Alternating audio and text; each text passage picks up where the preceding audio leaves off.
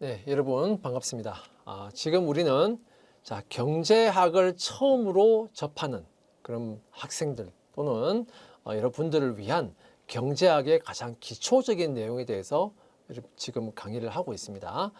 지난 시간 첫 번째 시간에서 가장 기본적인 경제학을 시작하면서 알아야 되는 내용들, 경제 행위, 경제 주체, 객체 이런 부분들에 대해서 살펴봤는데요. 희소성의 법칙 이런 것도 살펴봤죠. 이번 시간은 지난 시간에 이어서 합리적 선택의 문제 그리고 경제 체제에 대한 문제에 대해서 살펴보겠습니다. 합리적 선택. 우리 지난 시간에 첫 번째 시간에 살펴본 내용이 있었죠. 모든 경제 문제의 시발점은 무엇이다? 바로 희소성의 법칙 때문이다. 인간의 욕망은 무한한데 자원은 한정되어 있다. 그래서 경제 문제가 발생한다. 그럼 그 경제 문제를 해결하려면 어떻게 해야 된다? 선택을 해야 된다.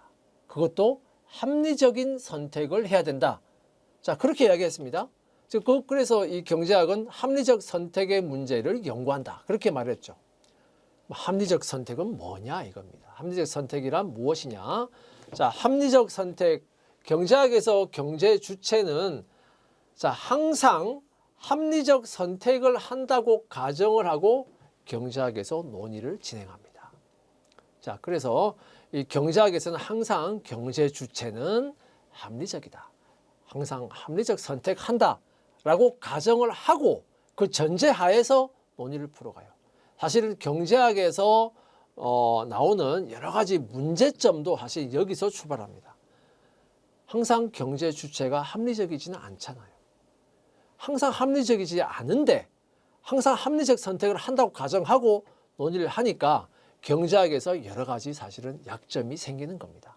어쨌든 지금 우리는 경제학을 처음 배우는, 처음 접하는 그런 입장이니까 일단 여기에 따라서 일단은 먼저 배우는 거예요. 나중에 이제 여기에서 발생한 여러 가지 문제를 해결하기 위한 그런 부분들은 추후에 여러분들이 또 공부를 하시면 되겠습니다. 그럼 여기서 합리적인 선택 또는 그 합리적인 의사결정, 그리고 선택의 문제는 의사결정을 통해서 선택을 하죠. 그래서 합리적 선택 또는 합리적 의사결정 이렇게 말합니다. 뭐냐 이겁니다. 비용은 최소로 들이고 그리고 효과는 최대의 효과를 가지고 오는 그러한 선택. 말은 쉽죠. 그래서 최소의 비용으로 최대의 효과, 최소 비용 최대 효과. 그러한 선택이 바로 합리적 선택이다 이겁니다. 그래서 우리가 최대 효과의 원칙, 최소 비용의 원칙을 충족시키는 그러한 선택, 그게 바로 합리적 선택이다. 최대 효과의 원칙 또는 최소 비용의 원칙이 충족된 그러한 의사결정을 우리가 합리적 의사결정 또는 효율적 의사결정이라고 합니다. 합리적 또는 효율적 이런 말을 쓰는 겁니다. 그 다음에 그러면 이제 우리가 이걸 알아야 되겠습니다. 합리적인 선택을 하려면 반드시 고려해야 될 것이 있어요. 그것이 바로 기회비용입니다. 그래서 우리는 기회비용이 무엇인가 하는 것을 알아야 되겠죠. 합리적 선택을 위해서 반드시 고려해야 된다.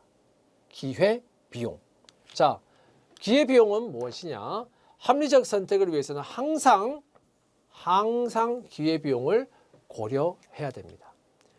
기회비용은 A라는 하나를 선택하기 위해서 무엇인가 포기하는데 포기하는 것 중에서 최선의 것의 가치를 우리가 기회비용 이렇게 말합니다.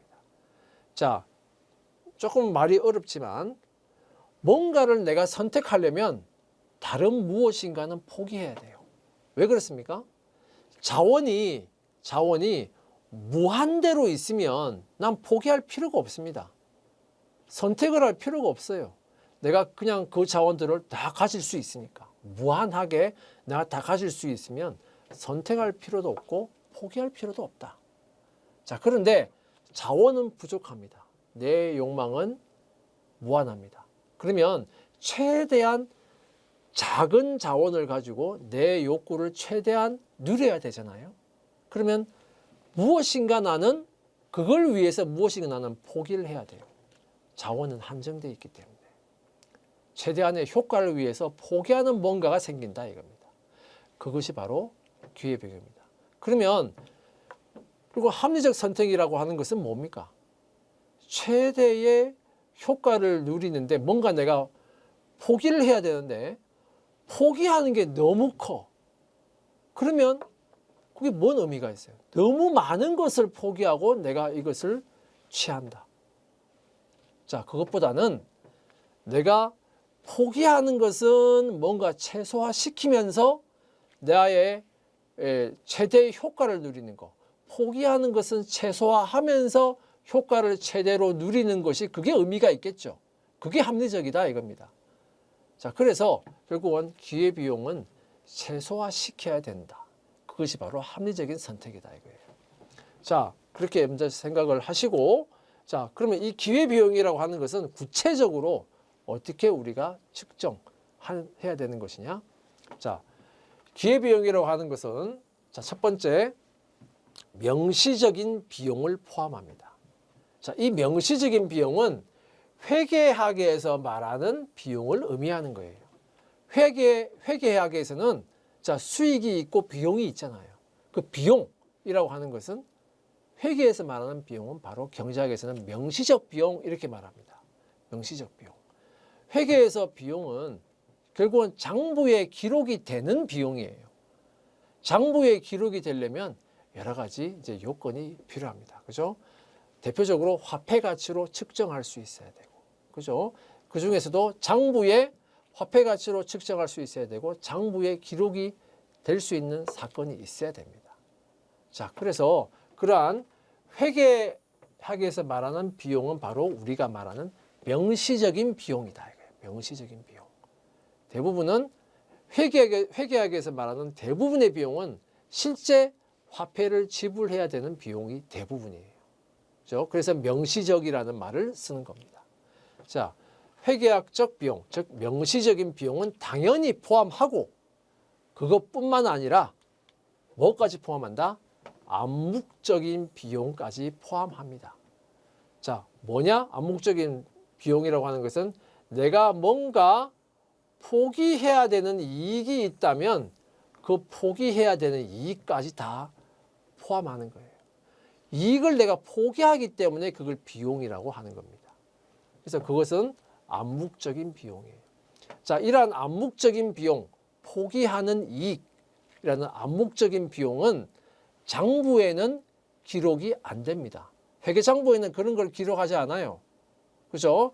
이건 구체적으로 어떤 뭔가를 화폐 금액을 지불하는 것은 아니기 때문에 내 단지 포기하는 거지. 내가 구체적으로 화폐 금액을 지불하는 건 아니잖아요. 장부에는 기록하지 않는다 이거예요.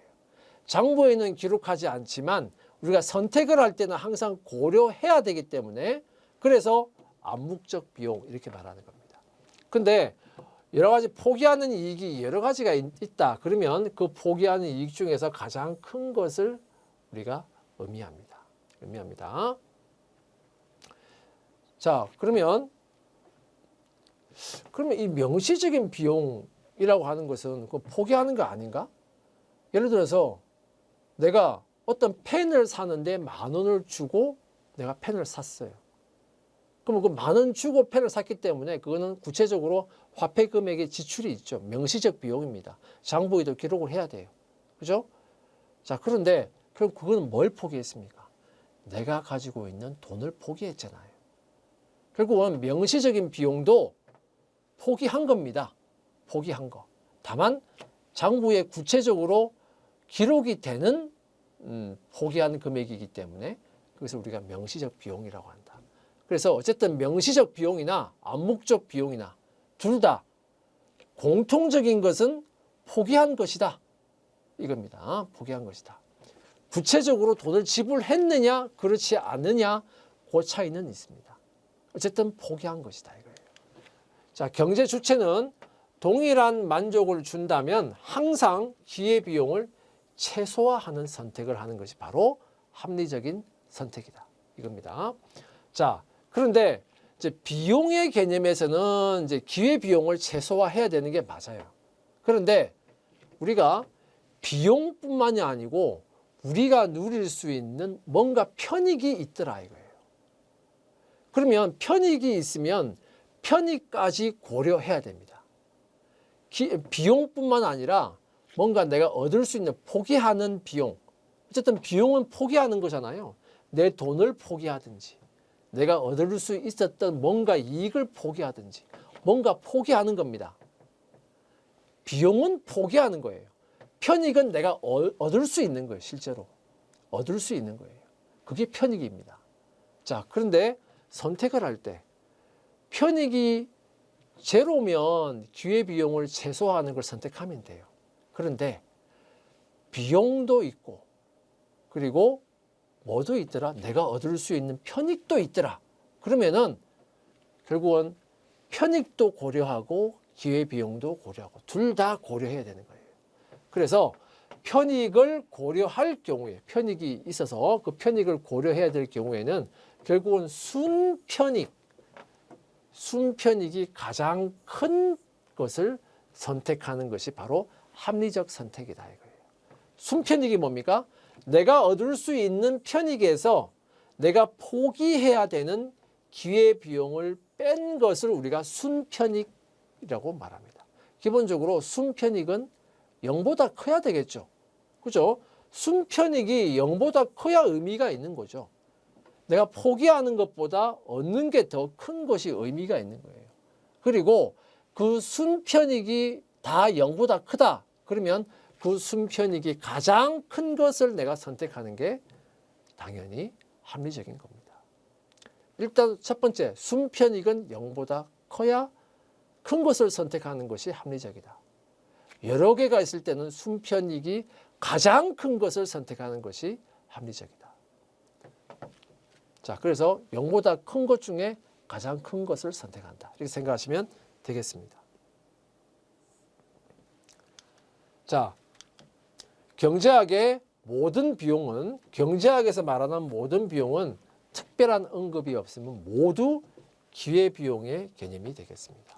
그래서 경제학에서 말하는 비용은 회계학에서 말하는 비용보다 범위가 더 큽니다. 자, 이렇게 이해하시면 되고요. 경제학적 비용은 명시적인 비용만을 고려하는 회계학적 비용과는 다르다. 이미 설명한 내용이죠. 자, 기회비용에 대한 예제를 간단 예제를 한번 보죠. 자, 아르바이트 1당 1만 원을 받을 수 있는 A가 배낭여행을 30일간 하려고 합니다. 자, 배낭여행을 하려면 자, 항공료나 교통비가 필요하죠. 그래서 100만 원, 숙박비 또 필요하죠. 10만 원, 그다음에 식비 먹어야 될 거 아닙니까? 15만 원의 비용을 지출해야 된다고 합니다. 자, 내가 배낭여행을 한다면 뭘 포기하는가? 즉, 기회비용은 얼마인가?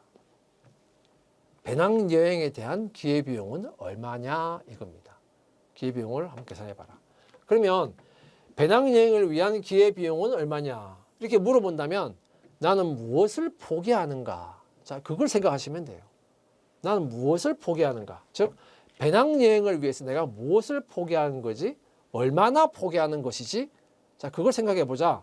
자, 나는 첫 번째 아르바이트를 못 하잖아요. 배낭여행 가게 되면. 아르바이트로 인한 수입을 나는 포기하는 거죠. 자, 일당 1만 원인데 30일 동안 못 해요. 그러면 30만 원의 아르바이트 수입은 일단 나는 포기하는 겁니다. 그죠? 포기하는 거. 첫 번째. 그다음 두 번째. 그 다음에 여기 있는 항공료나 교통비 100만 원, 숙박비 10만 원, 식비 15만 원은 어때요? 내가 가진 돈을 지출을 하는 거죠. 실제로. 명시적으로 지출을 하는 겁니다.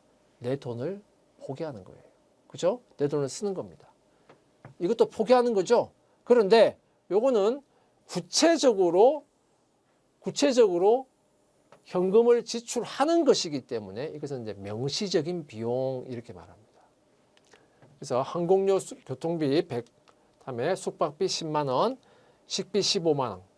자, 이거는 명시적인 비용이 되겠습니다. 그래서 전체 기회비용은 얼마냐? 155만 원이 전체 기회비용이다. 이렇게 말합니다. 기회비용이다. 자, 그 다음에 두 번째 예제를 한번 보겠습니다. 자, 대한민국 국방부는 국산 전투기를 얼마 전에 우리나라 국산 전투기를 개발해서 다음에 첫 번째 초도 비행하고 하는 거 성공했다. 이런 뉴스도 나왔습니다. 그죠? 자, 뭐 KF-21 이렇게 명명이 돼 있죠. 자, 어쨌든 대한민국 국방부는 국산 전투기를 개발하는 대안. 그게 대안 1입니다. 대안 1. 대안 1은 국산 전투기를 우리가 스스로 개발하는 거예요. 그다음 두 번째 대안은 그러지 말고 너무 복잡하고 시간도 걸리니까 그냥 외국으로부터 전투기를 수입하자. 지금까지 우리나라는 그렇게 해왔습니다. 그죠? 이제 우리나라 스스로 전투기를 개발하는 단계에 들어간 거죠. 어쨌든 외국의 전투기를 수입하자. 그게 대안 2. 자, 둘 중 하나를 지금 선택하려고 하는 거예요. 근데 합리적인 선택을 하고 싶잖아요. 그죠? 자, 그러면 우리가 여러 가지를 이제 고려해야 됩니다. 합리적 선택을 위해서 고려해야 돼요. 자, 두 대안을 비교를 해보니까 일단 자, 편익이 있어요. 자, 국산 전투기를 개발한다. 그러면 우리 스스로 전투기를 개발하기 위해서 많은 연구 개발을 할 것이고 시행착오를 겪을 겁니다. 그를 통해서 우리는 또 원천 기술을 또 확보할 수가 있겠죠. 자, 그런 것들이 다 우리 입장에서는 편익이 되는 거예요. 편익이 되는 겁니다. 자, 그래서 그런 두 대안에 대한 편익이 있고 우리가 얻을 수 있는 편익이 있고, 자, 어쨌든 국산 전투기를 개발을 하든 아니면 외국의 전투기를 수입을 하든 당연히 정부의 예산이 들어갑니다. 그래서 편익과 예산 금액을 모두 이제 추정을 해봤어요. 그게 이제 다음 표와 같다 이렇게 나와 있습니다. 그리고 각 대안의 기회 비용을 구하고 순편익을 구해봐라. 그리고 순편익을 극대화하는 대안은 뭐냐? 이렇게 나왔습니다. 자, 그래서 표를 보니까 대안 1은 편익은 20조 원의 편익이 있어요. 우리가 연구 개발하고 기술을 개발하고 그를 통해서 기술을 확보하고 그 기술은 또 다른 데 이용할 수가 있잖아요. 그럼 다른 데 이용을 함으로써 다시 또 우리가 또 얻을 수 있는 게 또 있고, 자, 그걸 계산해 보니까 그런 편익을 계산해 보니까 20조 원. 근데 거기에 들어가는 정부의 예산은 12조 원이랍니다. 자, 두 번째 대안은 자, 외국의 전투기를 수입을 함으로써 어떻게 돼요? 어쨌든 예산은 절감되잖아요. 그죠? 예산은 4조 원만큼 덜 들어가요. 자, 그러면 예산이 절감되니까 절감되는 그 예산을 가지고 뭔가 사회복지라든지 다른데 또 그것을 지출을 함으로써 또 얻을 수 있는 게 있어요. 그죠? 자, 그런 것들을 다 이제 합해서 보니까 그런 편익이 15조 원인 거예요. 자, 그리고 예산은 8조 원이 들어갑니다. 자, 그러면 언뜻 그냥 이렇게 보면 편익하고 예산 들어간 거 보니까 8조 원만큼 남는 거네. 요거는 15조 원에서 8조 원 빼면 7조 원이 남네.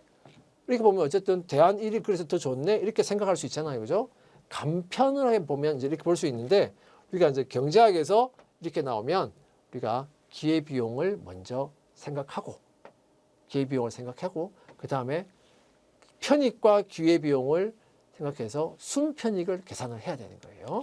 자, 한번 봅시다. 자, 먼저 편익. 대안 1의 편익, 대안 2의 편익. 그 다음에 우리가 뭘 봐야 됩니까? 기회비용을 경제학에서 비용이다. 그러면 항상 뭐다? 명시적인 비용뿐만 아니라 암묵적인 비용까지 포함하는 기회비용을 우리는 항상 생각해야 됩니다. 그죠? 자, 명시적 비용, 암묵적 비용. 그다음에 그래서 기회비용을 계산하면 편익에서 기회비용을 뺀 순편익을 보자 이거예요. 대안 1의 편익은 20조 원이었습니다. 그다음에 대안 1에서 명시적으로 들어가는 비용, 즉 예산 소요액이 12조 원이었어요. 그죠? 대안 2는 자, 편익은 15조 원, 명시적 비용은 8조 원이었습니다. 그럼 여기서 암묵적인 비용은 어떻게 구해야 될까요? 자, 암묵적인 비용은 이렇게 구하면 됩니다. 대안 1을 선택을 한다면 대안 1을 선택을 한다면 무엇을 포기하는 겁니까? 대안 1을 선택하면 자, 대안 2는 포기하는 거죠. 대안 2는 포기하는 겁니다. 자, 대안 2, 포기해야 되는 대안 2에서 얼마의 이익을 얻을 수 있었어요? 7조 원의 이익을 얻을 수 있었죠. 결국은 대안 2를 포기한다. 이 말은 7조 원의 이익을 포기한다. 그 말이에요. 그래서 자, 그러면 결국은 여기서 대안 1을 선택할 때 암묵적 비용은 결국 뭐다? 포기하는 이익이다. 얼마? 7조 원이다 이거예요. 그 다음에 그러면 이제 대안 2를 선택하면 그 반대가 되겠죠. 대안 2를 선택하면 대안 1을 포기해야 되고 결국 대안 1에서 얻을 수 있었던 이익 8조 원을 포기하는 겁니다. 그죠? 8조 원을 포기하는 거예요. 그래서 암묵적 비용에는 8조 원이 들어갑니다. 그러면 결국은 자, 명시적 비용과 암묵적 비용을 모두 합치면 그것이 이제 경제학에서 말하는 비용, 즉 기회비용이다 이거예요. 19조 원이죠. 대안 2는 16조 원이죠. 자, 어떻습니까? 순편익은 대안 1의 순편익은 플러스 1조 원, 대안 2의 순편익은 마이너스 1조 원입니다. 기본적으로 선택을 하려면 순편익이 플러스가 돼야 되겠죠. 0보다 커야 되겠죠. 기본적으로 대안 1은 순편익이 플러스입니다. 대안 2는 순편익 자체가 마이너스이기 때문에 이는 아닌 거예요. 그죠? 그러면 어떻게 되면 우리는 뭘 선택하는 것이 합리적이다? 대안 1을 선택하는 것이 합리적이다. 이렇게 보는 겁니다. 대안 2보다 대안 1을 선택해야 된다. 이게요. 자, 그 다음에 우리가 기회비용을 살펴봤습니다. 이제 매몰 비용을 살펴볼 텐데요. 자, 결론적으로 말씀드리면 기회비용은 합리적 선택을 위해서 항상 고려해야 된다. 그랬죠? 자, 여기 지금 나오는 매몰 비용은 합리적 선택을 위해서 고려해서는 안 된다. 자, 그것이 일단 결론입니다. 매몰 비용은 합리적 선택을 하는데 고려 대상이 아니다. 고려해서는 안 된다. 자, 그 결론을 일단 먼저 머릿속에 넣으시고요. 자, 그 다음에 매몰 비용, 보통 이제 sunk cost 이렇게 말하는데 매몰 비용에 대해서 한번 살펴보겠습니다. 매몰 비용은 뭐냐?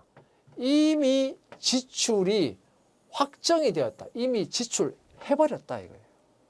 돈 써버린 겁니다. 이미.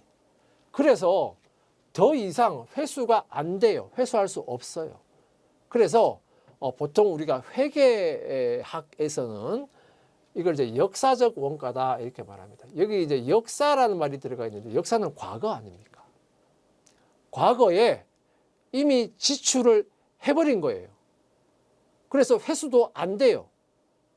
그런 상태이기 때문에 내가 지금 상태에서 무엇을 선택하든지 간에 변함이 없어요. 이걸 써버린 거에는. 그래서 지금 내가 선택을 할 때, 내가 지금 합리적 선택을 할 때 과거에 이미 써버린 것은 잊어버려라 이거예요. 자, 그래서 매몰 비용. 자, 이렇게 개념이고 선택을 위해서 추가로 포기할 필요도 없어요. 추가로 포기할 필요가 없는 거죠, 당연히. 이미 과거에 써버렸는데 뭐 추가로 포기할 게 뭐 있어요. 그죠? 매몰 비용. 합리적 선택을 위해서 매몰 비용은 고려하지 말아야 한다. 이겁니다. 자, 예를 한번 볼게요. 자, 기계장치를 100만 원에 매입해서 사용하던 중에 고장이 발생해서 사용할 수가 없게 되었다. 자, 고장난 기계장치를 폐기물로 처분할 수도 있고, 자, 폐기물로 그냥 처분을 할 수도 있고, 이걸 내가 수리를 한 후에 팔 수도 있어요. 자, 폐기물로 처분하거나 수리 후 매각하거나, 자, 지금 내가 선택할 수 있는 것은 두 가지입니다. 그죠? 그냥 폐기물로 처분하는 거.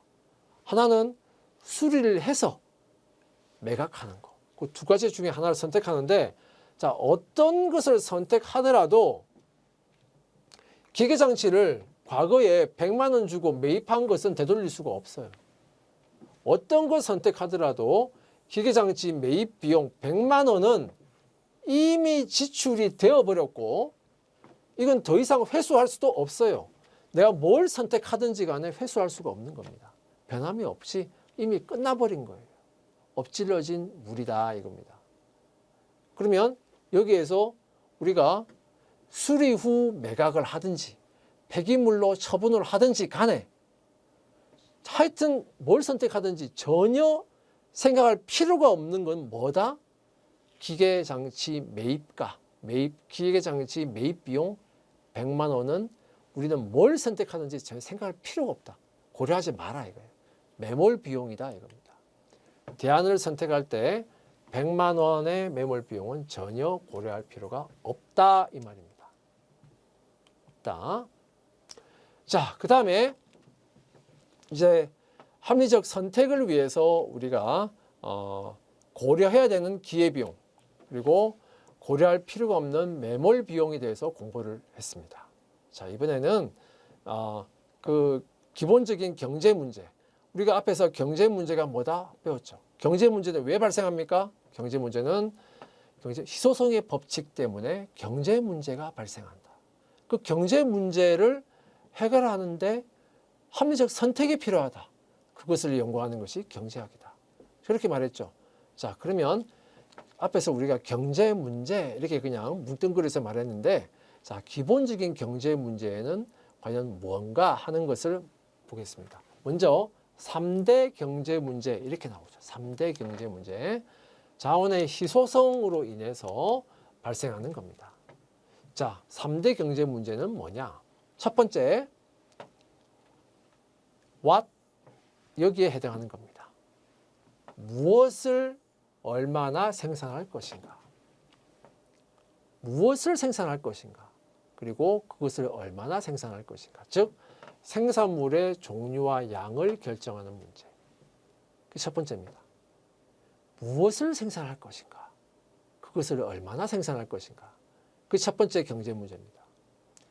다음 두 번째, 그럼 그것을 어떻게 생산을 할 것인가? 어떻게 만들어낼 것인가 이거예요. 이거는 생산 방법의 문제입니다. 어떻게 생산하는 것이 효율적으로 생산하는 것인가?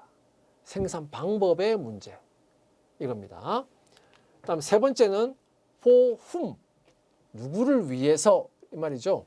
누구를 위해서 생산할 것인가? 자, 이 누구를 위해서 생산할 것인가? 이 부분은 결국은 생산된 생산물을 분배에 대한 문제입니다. 생산물의 분배와 관련한 문제다. 이거예요. 생산물의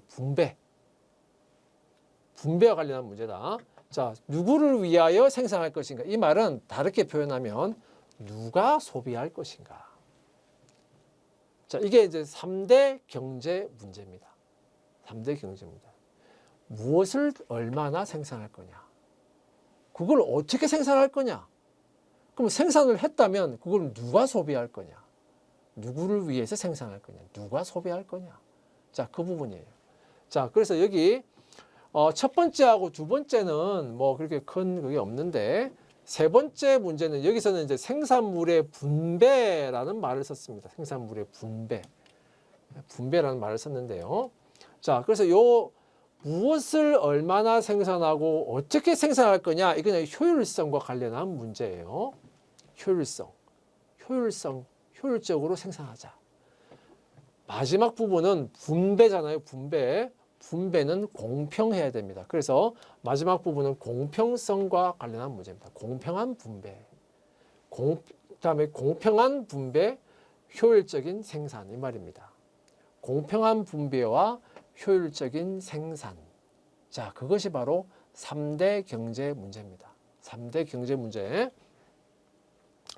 자, 그런데 여기서 이 마지막 부분이 있잖아요. 이 마지막 부분이 여기서는 생산물의 분배, 즉 공평한 분배 이렇게 말을 했는데 공평한 분배가 아니고, 자, 이것은 결국 다양한 선호를 고려한 효율적인 배분의 문제다라고 하는 학자들도 계십니다. 그래서 대표적으로 서울대학교 이중구 교수님의 경제학 책을 보면 이걸 분배의 문제가 아니고 효율적인 배분의 문제다라고 설명을 하고 있어요. 그래서 이 부분은 조금 다른 부분이어서 제가 추가적으로 이렇게 말씀을 드렸는데, 여기 보면 이제 분배라는 말이 나오고 순서가 바뀌어서 배분이란 말도 나오잖아요. 그죠? 여기 보면 이제 분배라고 하면 이제 distribution 이렇게 표현하고 있고, 배분이라면 allocation 이렇게 표현하고 있어요. 자, 분배와 배분은 분명히 다르다. 자, 분배는 공평성의 문제입니다. 공평성의 문제예요. 배분은 효율성의 문제다 이겁니다. 효율성의 문제다. 자, 이것을 아주 길게 설명을 할 수는 없고 아주 조금 간단하게 설명을 드리면, 예를 들어서 뭐 어떤 재화든 뭐 노트북이 됐든 아니면 뭐 쌀이 됐든 뭐 옷이 됐든 간에, 자, 그 재화를 누군가가 독차지를 해버려요. 다른 사람은 전혀 가지지 못하고 누군가가 독차지를 해버려요. 자, 우리나라에 있는 주택을 누군가가 독차지해버립니다. 그리고 다른 사람들은 집이 없어서 전세나 월세를 살 수밖에 없고, 그것도 비싸게 전월세를 주고 살 수밖에 없어요. 누군가가 집을 다 독차지해버렸다. 자, 그렇게 되면 그것은 바로 분배가 잘못된, 공평한 분배가 아닌 거죠. 그럼 공평한 분배는 뭐냐? 그것은 사회에 따라서 또는 시각에 따라서 좀 달라질 수가 있습니다. 예를 들어서 뭐 5대 5로 나누는 거냐, 뭐 7대 3으로 나누는 거냐, 그러니까 분배의 비율을 어떻게 할 것이냐, 또는 분배의 방식을 어떤 방식으로 할 것이냐, 뭐 그런 부분에서는 어쨌든 조금씩 차이가 있습니다만은, 어쨌든 독차지하는 것은 공평한 분배가 아니다 이거예요. 그래서 그걸 규제하는 여러 가지 규제 장치가 있죠. 어쨌든 그 부분은 분배의 문제입니다. 독차지할 거냐, 그것을 어떻게 나눌 거냐, 어떤 방식으로 나눌 거냐, 그건 이제 분배의 문제고요. 그 다음에 이 배분의 문제, 배분이라고 하는 것은 예를 들면 자, 이렇게 설명할 수가 있겠습니다. 뭐 쌀이 있고 옷이 있다. 그러면 재화가 만약에 쌀하고 옷 뭐 그렇게만 있다 생각해 봅시다. 어떤 사람은 옷에 뭐 패션, 옷 뭐 이런 건 전혀 관심이 없어요. 그냥 나는 잘 먹고 건강하게 사는 것이 난 좋다. 그런 사람이 있는 반면에 어떤 사람은 잘 먹지 않고 다이어트를 해요. 그리고 몸매를 가꾸어서 옷을 잘 입고 하는 그런 것에 관심 있는 사람들이 있어요. 자, 다이어트를 하고 그리고 패션에 관심 있는 사람한테 옷은 주지 않고 쌀을 주는 거예요. 옷은 안 줘요. 그리고 어떤 사람은 패션에 전혀 관심이 없고 나는 잘 먹고 그냥 건강하게 사는 것이 좋다. 그런데 이 사람한테는 쌀을 주지 않고 옷을 줘요. 자, 그것은 효율적인 배분이 아니다 이거예요. 그래서 효율적인 배분이라고 하는 것은 결국은 뭐냐? 적재적소에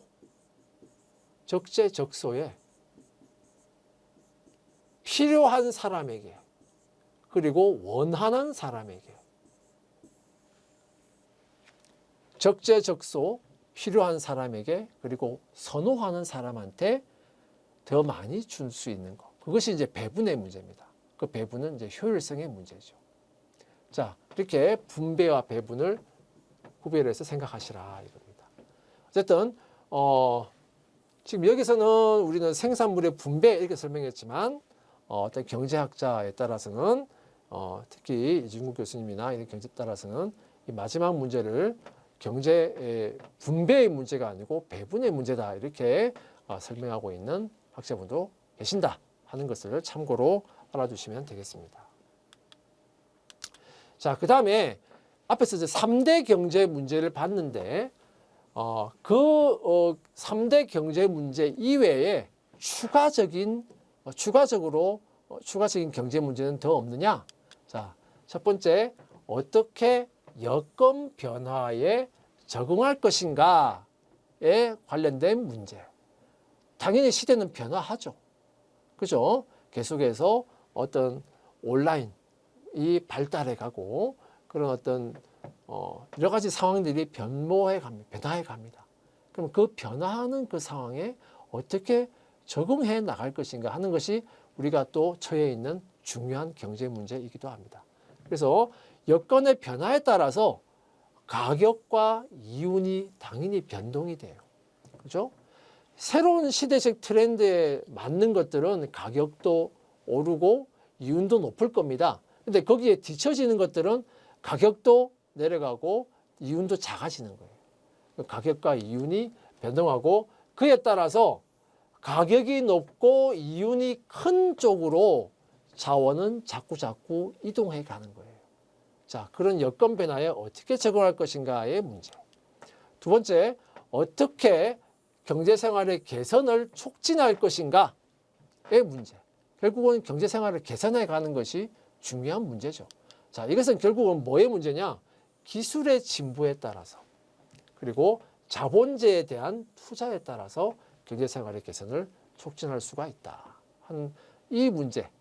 자, 이것도 추가적인 경제 문제로 설명하고 있습니다. 자, 이 경제 문제를 해결하는 방법으로서 나온 것이 바로 경제체제가 되겠습니다. 경제체제이라는 경제 문제를 어떻게 해결할 것인가? 앞에서 누구를 위해서 생산할 것인가? 어떻게 생산할 것인가? 무엇을 생산할 것인가? 얼마나 생산할 것인가? 어떻게 나눠줄 거냐? 그런 문제들을 해결하는 방법으로 나온 게 경제체제라고 하는 것인데 이 경제체제에는 크게 보면 두 가지가 있습니다. 하나가 자본주의 경제체제, 보통 우리가 이제 시장경제 이렇게 말하고요. 그 다음에는 사회주의 경제체제, 그 다음에 통제경제 이렇게 말하는데 크게 보면 두 가지가 있습니다. 자, 자원을 적재적소에 어떻게 배분을 할 거냐의 원리, 자원 배분의 원리는 시장경제는 시장 가격기구, 즉 가격이다 이거예요. 가격이 중요한 역할을 한다. 그것을 보이지 않는 손 이렇게 표현하고 있어요. 보이지 않는 손. 보이지 않는 손에 대해서는 좀 이따 다시 한번 더 보기로 하고요. 그다음에 사회주의 경제는 국가, 중앙에서 한다 이겁니다. 중앙계획기구. 생산수단의 소유, 시장경제는 사유를 기본적인 원칙으로 하죠. 모든 것이 사유화되어 있는 건 아니에요. 그죠? 국유도 있습니다. 있는데 기본적인 원칙은 사유의 원칙이다. 사유재산 뭐 그렇게 말하죠. 여기는 공유 또 사회적 소유.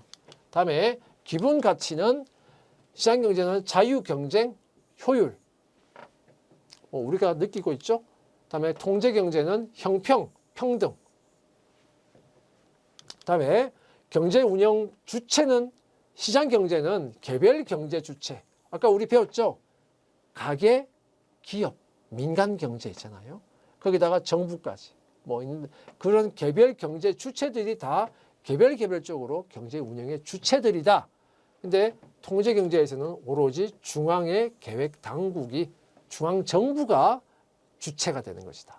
이겁니다. 그다음에 기업의 목표는 시장 경제에서는 이윤을 극대화하는 거.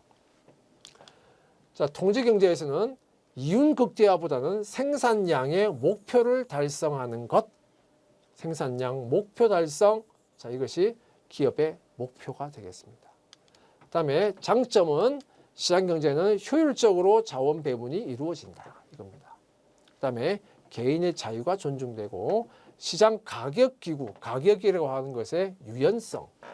물론 나중에 우리가 배우겠습니다만은 가격은 항상 유연한 것은 아닙니다. 그죠?